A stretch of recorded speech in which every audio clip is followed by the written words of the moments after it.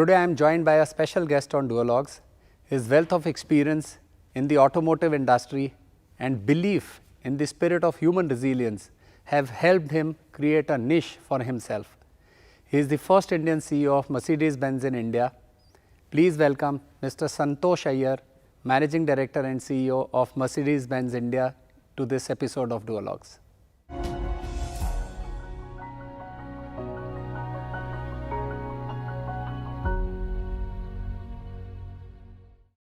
Santosh, thank you so much for hosting me at the Mercedes factory in Pune, specifically at the Center of Excellence here where we are having our conversation. It's a pleasure to be here. I am thankful to you for your time, and I'm sure the conversation which we will have will be insightful and inspiring to a lot of people. And to begin with, the name itself, which is synonym to quality, performance, durability. I myself, being a consumer of Mercedes for more than a decade, we'll talk about a lot about the brand, the products, the strategy. We'll understand about you also. To begin with, tell us that is there a story behind the founding of this company more than a century before? How did the brand came into existence? Well, to start with, Manish, thanks for joining us. Thanks for taking your time as well out to come all the way from Delhi to our plant in Pune. Thank and you. I look forward for this conversation. Coming to your question about the brand, yes, I think Mercedes-Benz has a big history. We started way back by inventing the car. So in 1886, it was Carl Benz who actually put an engine on a small three-wheeler motor carriage. And then he didn't have the courage to take it out. You know, there was a woman behind him, which was his wife, who one fine day said, "Let me take it out on the street. Let's see what happens." And so she is technically the world's first driver. You can say she took this motor wagon out. That's the story of the invention of automotive. But the name Mercedes again has another story, because after this, on the other side in Germany, we had Gottlieb Daimler, again one of our founder. He was also making cars with combustion engines, petrol combustion engines. In 1899, we had a French businessman, Emile Yennelik. He used to work for Daimler. He bought some cars, drove them in Nice. And they asked what should be these cars called, and he said it can be my daughter's name, and his daughter's name was Mercedes. Okay. And that's how the brand got its identity. But it took another 20 odd years, because only in 1926, when Carl Benz and Gottlieb Daimler, they came together, they then the first car that they produced with a brand name was Mercedes-Benz. So surely the name has an history, the brand has an history, and I think it's a real reflection of pioneering spirit. If you would have gone and done market research, people would have said faster horse carriages, but it was the spirit, the human spirit of the inventors, and also his wife, Bertha Benz, who really ensured today we have this huge automotive history around us. Yeah, phenomenal. And the brand has come a long way. And tell us something about brand's presence in the country. You know, while we understand that a lot of people have been using the products for a while, for many decades. Officially, when did it come to India? And how has the story been over those decades since the brand has been operating as a subsidiary in the country? Yeah, so the initial years, just after independence in 1954, Tatas came up and then they took us trucks. We had these Daimler trucks, Benz trucks, and that came to India. You can still see some of those old trucks running on roads. When it comes to passenger car, it was around 94 when Mercedes-Benz came into a joint venture with Tatas to India. We had a different factory in Pune itself, and we started assembling cars. Till 2008, we had a lot of challenges in the market, and then in 2009 we came to this state-of-the-art facility in Pune, where we are today doing this interview, investing close to 2,700 crores now over a period of 10 years. We have built up this factory. We are now 28 years in India, a long presence. Now we produce 14 cars here, and of course, from a total car park, we have more than 150,000 cars on the Indian roads. Phenomenal. Santosh, last 3 years, a lot has changed, and a lot of people initially were looking at this huge challenge to impact individuals, organizations, communities and countries at large. But there were many who were looking at this adversity to be considered as an opportunity. And not only these last 3 years, but almost a decade gone by, being a consumer myself, I have seen a phenomenal turnaround of the brand in the country, and in a lot of spaces you are dominating the market. What will you attribute this success which has happened over last decade or so for Mercedes in India? Needless to say, product sits on the top. Apart from that, what would you attribute this success to? So it's quite interesting. I joined this company in 2009, just when this plant got started, and I have been now 24 years in the automotive industry. I personally saw a lot of opportunity, also love for the three-pointed star. And the biggest reason for the success is, I think, the people here. There is a lot of, including me and my colleagues, we keep saying that we can take a bullet for the star. You know, we are so passionate about the brand. What does an Indian consumer want, and how we can, offer a very suitable product offering. So what we did way back is to start from the product itself. And here, we make big strides. Today, we introduce a long wheelbase E-Class for India. Right. There again, we lead by a large margin in that particular segment. Then it came the BS6 transition. So the entire automotive industry said, we cannot meet the 2020 deadlines, let's postpone the deadline. Whereas in 2018, we launched the first car with the BS6 engine. So we said we should not delay technologies, we should not delay product offerings unique for India. But the other big decision was also strategically in 2012-13, we decided we won't play this entry-level strategy in India, which is the brand has a very huge respect, and therefore, if we launch a car, it will be fully equipped. We won't have these entry-level, base variants trying to play on price. Instead, we said let's focus on the top end. Let's focus on the AMGs. Let's focus on Maybachs. Let's focus even on, for example, a E-Class or a C-Class. We won't come up with base engine, stripped down versions, and that I think we received a lot of flack at that time because our competitors were exactly trying to grow volumes with a different specification. But we felt that if somebody buys a Mercedes-Benz, they should be as happy, as proud to own this car, show to their friends, show to their families. So it has a panoramic sunroof standard, it has certain basic luxury features which are standard in the car. And I think one of the core reason for our success is no compromise products, products specifically tailored for the market, also going ahead beyond regulations. And last not the least, the recent example, if you see, we challenged the retailing model. So the entire auto industry today works on, the OEM builds to a dealer and the dealer sells it to a customer. Right. It comes with its own set of challenges because the dealer will always try to sell what he has in stock. We said no, I think if we want to really behave like a luxury brand, we need to be direct to consumer. We need to keep the dealers with us because they are close to customer geographically and physically, but we need to change the business model. And we were the first to do it, and today the results are very clear. I think all the recent consumer surveys, we are clearly ranked as the most loved brand, also because of the transparency and trust. So we have never shied away from taking big risk, but keeping the customer at the center. So that's the recipe for success. If you look at India in the global perspective, still the penetration rate of automotive in the country is low. And there can be multiple perspectives, say platform itself. I'm not very sure that the ratio of petrol to diesel to EV in our country would be similar to the other countries or the developed markets. So there could be a significant reason for us to believe that the size and scale of the country today may find it difficult to have customization specific to India happening for a global company like yours. So how are you overcoming those challenges, and are there some good examples where India specific customizations would have started to do well in other emerging markets? See, first of all, when you look at the total automotive industry, this is quite small compared to the 1.3 billion population we have. So, and there it's now growing because of good infrastructure we can see, and that's I think one of the biggest driver for growth. So with better national highways, better roads, we also find people buying more cars. Coming to luxury segment as such, definitely one of the inhibition comes from the cultural aspect of it, because buying luxury goods in India, luxury was treated as an evil, if somebody making money was not considered to be good. But even those values are changing in India. Now people want to reward themselves. So if I'm doing well in corporate life, professional life, I want to reward myself with a good car. So I think that's changing. When it comes to product, as I said, India is the only market to make a right-hand drive long wheelbase E-Class. So we were able to pull that off by convincing our colleagues that many customers drive themselves only on weekends. Monday to Friday, you need a driver. but that's more for convenience. Parking, I keep joking that at 300 euros you can make our car autonomous, because with a driver you can actually, the car comes to you, you can actually go around shopping and no fear of parking, finding the right places. So this is very unique to India, and therefore the long wheelbase E-Class was one such example. The new retailing model is another example where India is one of the first country to start this model.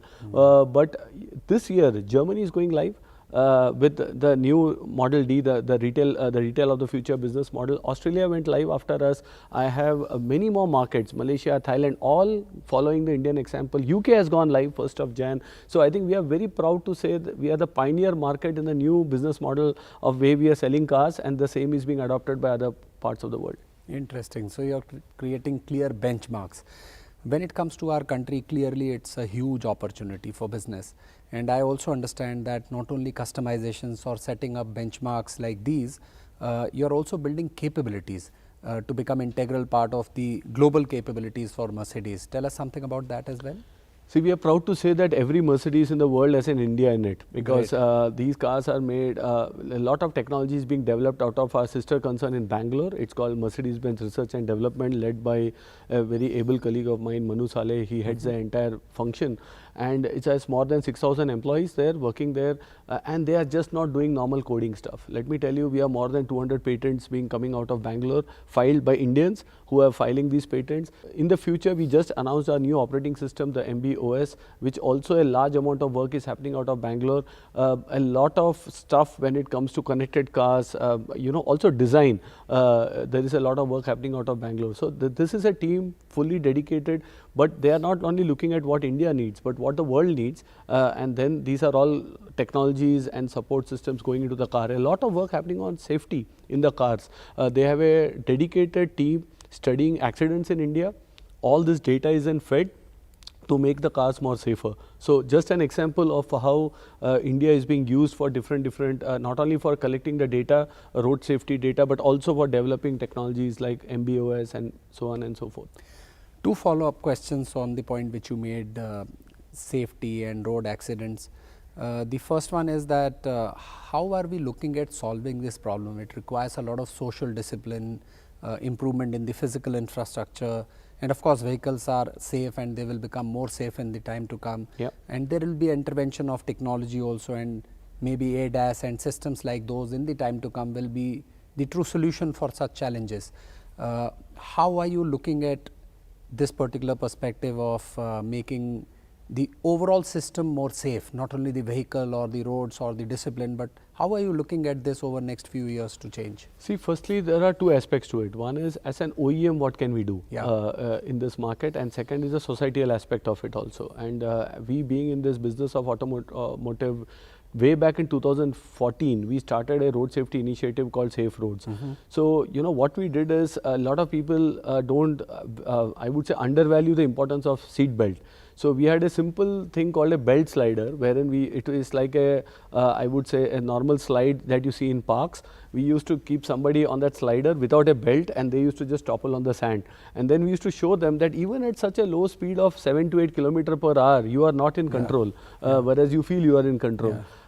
So these are certain tools we took across engineering colleges, across educational institutes, corporate parks, and try to educate them. It's also about the awareness level. I think it was too easy to get a driving license in India compared to many other parts of the world. And if we start addressing that problem at the driving license stage, where a person needs to not only understand and also adhere to certain topics, then maybe our roads can become much safer. So it's a matter of time. The third angle is, how do we make our car safer? There, I think we put maximum number of airbags in the car, or we also come up with, as you said, ADAS systems. But here again, when now many of our cars have ADAS, they do those sudden braking, autonomous braking when the car detects an issue. Now we have customers coming us and say, hey, can you permanently disable them? But we say, hey, this is for your safety. But they say, no, wo gaadi, suddenly it breaks and it's better, let it be in my control. So we can educate, we are trying to find a solution even for that. But the thing is, I think the importance to our own lives, we don't give. And only when an incident happens, unfortunately, that's the time when the awareness level increases. Even today, if you just stand across any 5-star hotel and or any place and you observe people wearing rear seat belts, it's very less. And that just shows that people have forgotten actually some after an incident what can go wrong potentially with our own lives. True. Santosh, this was my second follow-up question, and being an engineer myself, I really wanted to understand, and sometimes unfortunate incidents are such that you get to know about things. I also used to believe that airbags anyway work. I really wanted to understand this mechanism. How does it happen? So, is there a relationship between the seat belt? How does it happen? I mean, what is the mechanism? I think it's a very good question. Both of them have a role to play. First of all, the role of a seat belt is to keep the occupant where he is supposed to be in case of an accident. So, generally the velocity is so much that the tendency to fly in the car or go out of the car is huge, and that itself may cause injury to not only self but to even co-passengers, and that will also cause distraction to the driver if you are on the behind. So, seat belt is the starting point. Followed now, the airbags are supplementary restraint systems. So, they are supplementary, they are adding on, and they are designed in a way that if a person is wearing a seat belt, then he or she is supposedly assured that they are in that place, and then the airbag is deployed so that you don't crash into the airbag, you don't deflate the airbag. So, they both are always designed together as a pattern and not independent of it. Even if you wear a seat belt and if the car has lesser airbags, still it's better, I would say, than the other way around, where you don't have a seat belt but if the airbags can just get deployed, because again cars have multiple sensors, they are programmed. What you don't want is an airbag getting deployed even without an accident happening. That's the worst, because then you actually cause an accident. So, generally airbag deployment is more conservative. A seat belt is permanent always, because that's how it is, and that's the education and the understanding I think we need to promote more. We are doing as much as possible in our road safety, I would say, as I said, safe roads and many initiatives, but glad you brought up this question. Right. Santosh, how do you see the progression of technology in next 3, 5 and 10 years? One perspective is that adoption of EVs will anyway gain traction. What's happening to engines? I mean, to what extent OEMs will continue to invest large amount of research funds into continuing to develop engines? So, what's happening to technology in next?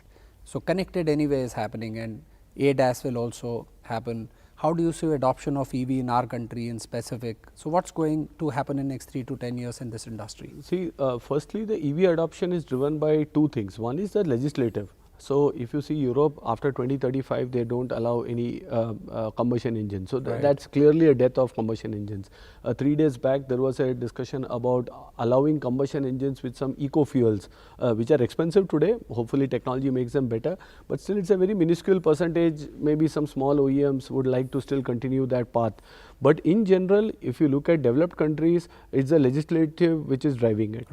Then comes manufacturers like us, who have a huge stake. We are listed in companies, and today for anyone to really command market presence, you need to be sustainable. It is no longer as part of one of the core areas in your management presentation, etc. But I think shareholders clearly ask us that, do you have a sustainable strategy? And sustainable strategy doesn't mean just tailpipe emissions, though even those days are gone. That's a given that we have to develop an EV.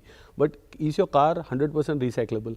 Can your car, is your entire supply chain fully foolproof? Is it all coming out of sustainable practices, sustainable resources? And this is, I think, the next frontier, where Mercedes-Benz has already committed that by 2039 we will be end-to-end sustainable. It's just not the tailpipe.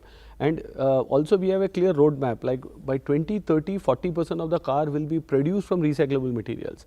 Right now 85% of the car is recyclable, but we are saying even a new car 40% of it will be from recyclable material as early as next 6 years. So, I think that there is a lot of investment on technology like green steel, and lot of things that goes into the car. The EQS has got seats made out of recycled fishing nets, for example. So, there is a lot of work happening on those areas, and that's a given, because we want to be in the frontier of really developing and delivering sustainable mobility in the true sense. You spoke about sustainability. So, when it comes to products, it's surely understandable that how this progress is happening within your organization. And again, practices which are central to ESG based models are taking center stage, and within sustainability, practices like DEI would also cut across defining an organization and the people who work within the organization. So what it takes to be a professional working with or for Mercedes in India? How do you define a professional, people who are working with Mercedes in India? I think we are guided by a clear strategic framework, to start with, coming from Stuttgart, which is a clear corporate philosophy and a corporate guideline. Having said that, we need to interpret that and make it relevant for the Indian market. So, we have a clear house of policies when it comes to MB India. What do we do for the society, our stakeholders in and around us? What do we do for our customers? And of course, what do we do for the supplier network and employees as such? So, this is something that we have interpreted from the global strategy document. This document is not something just to be put on a frame. We live it. The management team reviews it on a frequent basis. We adapt it because it's a changing environment also around us, and we may need to fine tune and adapt it. And it's a living document, which gets really, I would say, practiced by each and every one of our colleagues.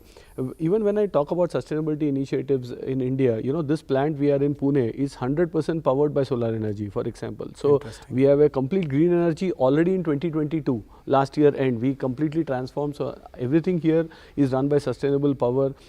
In and around, if you see our societies and communities, we are doing a lot of work in the tribal areas here.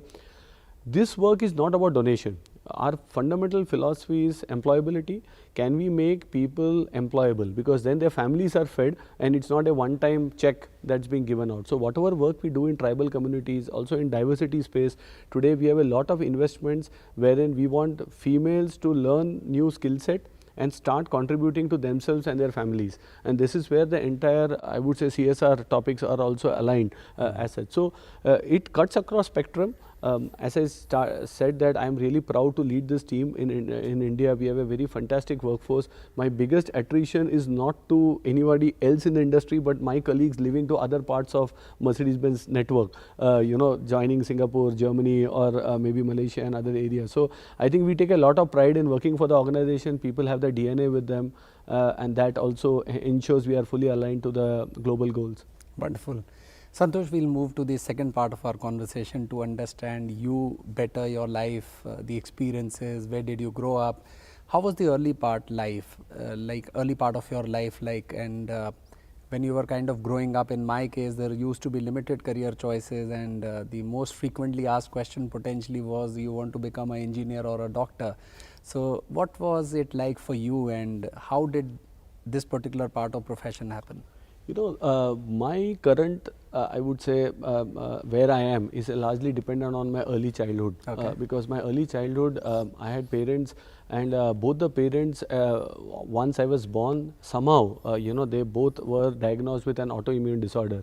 So, my dad was a multiple sclerosis patient. He had a demyelinating disorder. My mom later on was diagnosed with a lupus syndrome. Both autoimmune, happens one in billions actually. Yeah. But both husband and wife, without having any hereditary, having at the age of 35, 40, and then they raised us. I have my elder sister to me.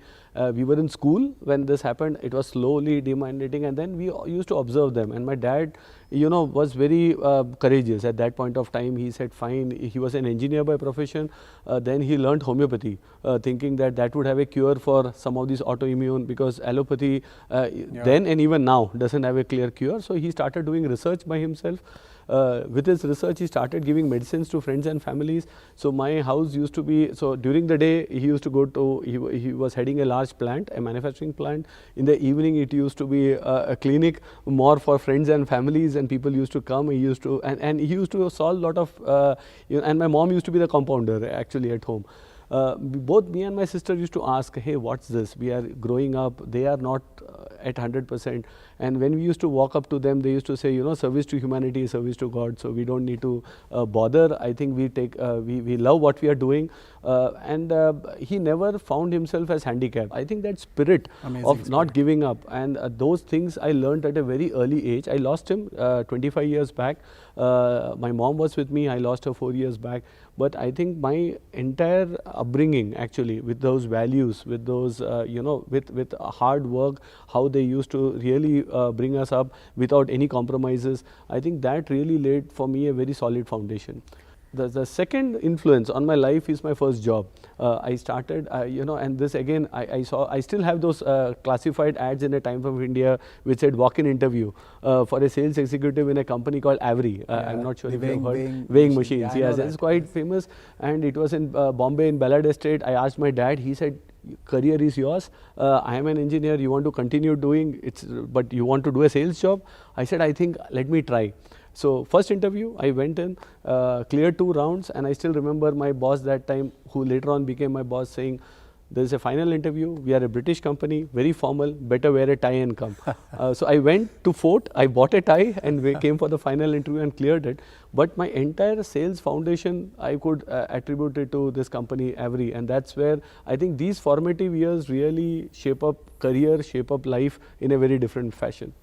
Hearing those 2 anecdotes, the question coming to my mind is, what do you feel, life is a matter of choices or chances?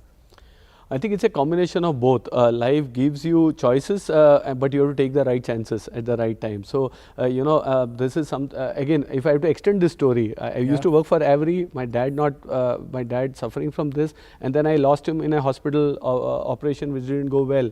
And that's the time where an entrepreneurship opportunity came up in Nepal. It's a large business group.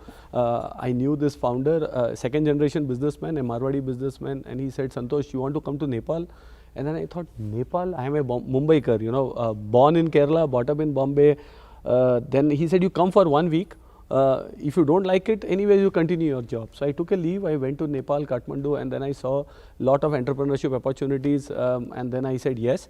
I was 2 years there. I not only I started a new engineering division which is distributing compressors, weighing machines, lot of stuff. Even today it's very successful. And then I also had a failure. I then thought, my first tryst with automotive was when I used to be responsible for Yamaha bikes there. They were a large distributor, but also made a new 3-wheeler of my own. So wow. It was a gas powered 3-wheeler,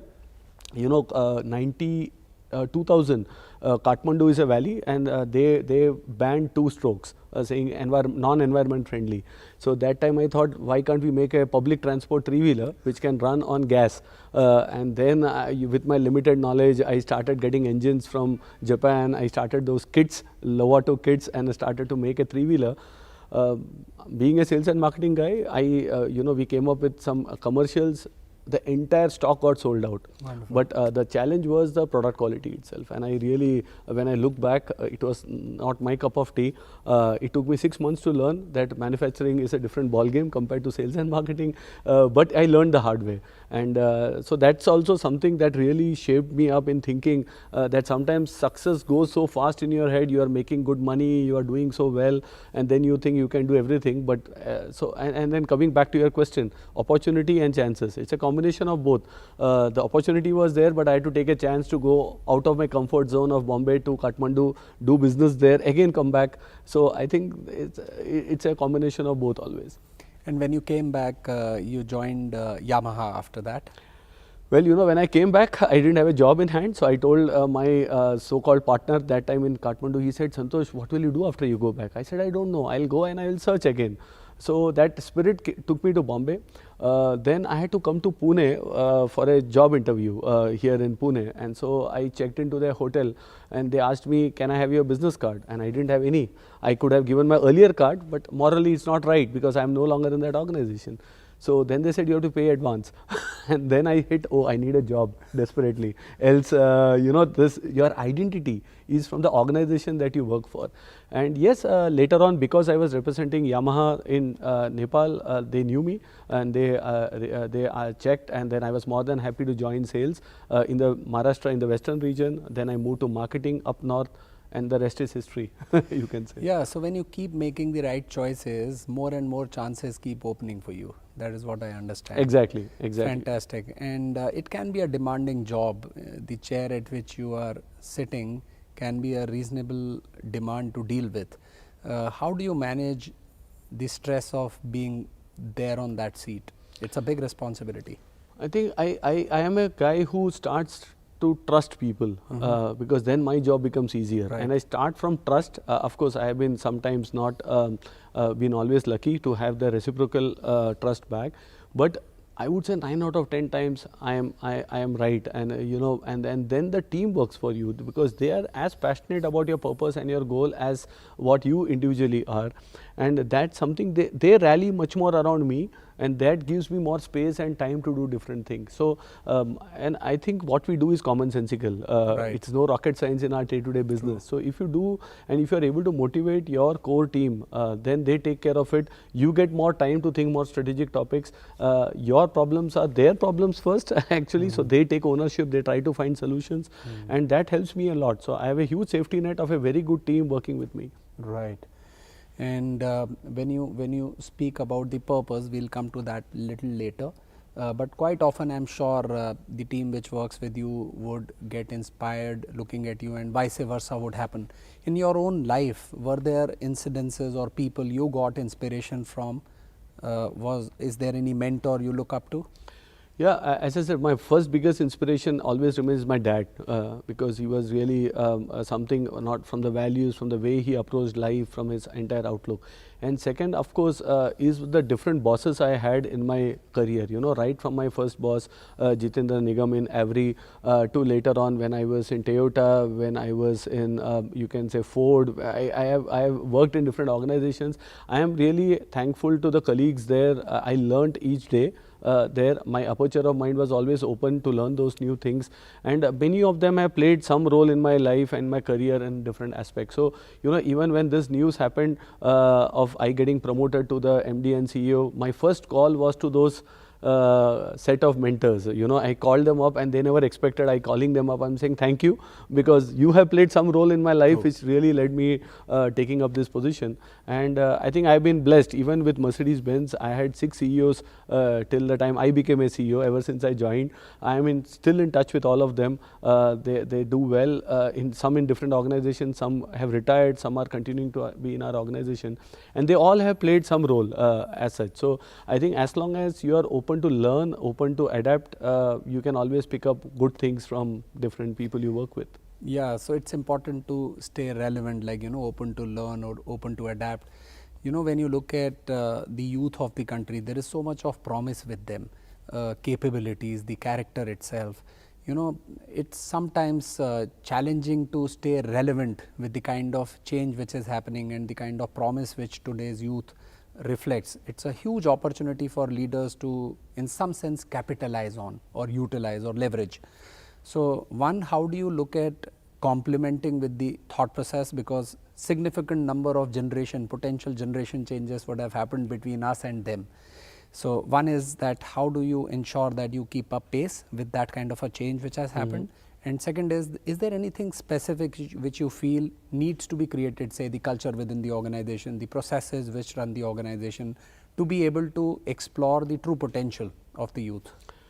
Well, before I answer the 2 questions, when you say the youth has potential, for me, I look at youth also in 2 types. There is a set of young population which actually are living off their parents' money. You know, these are a set of guys who may not work so hard.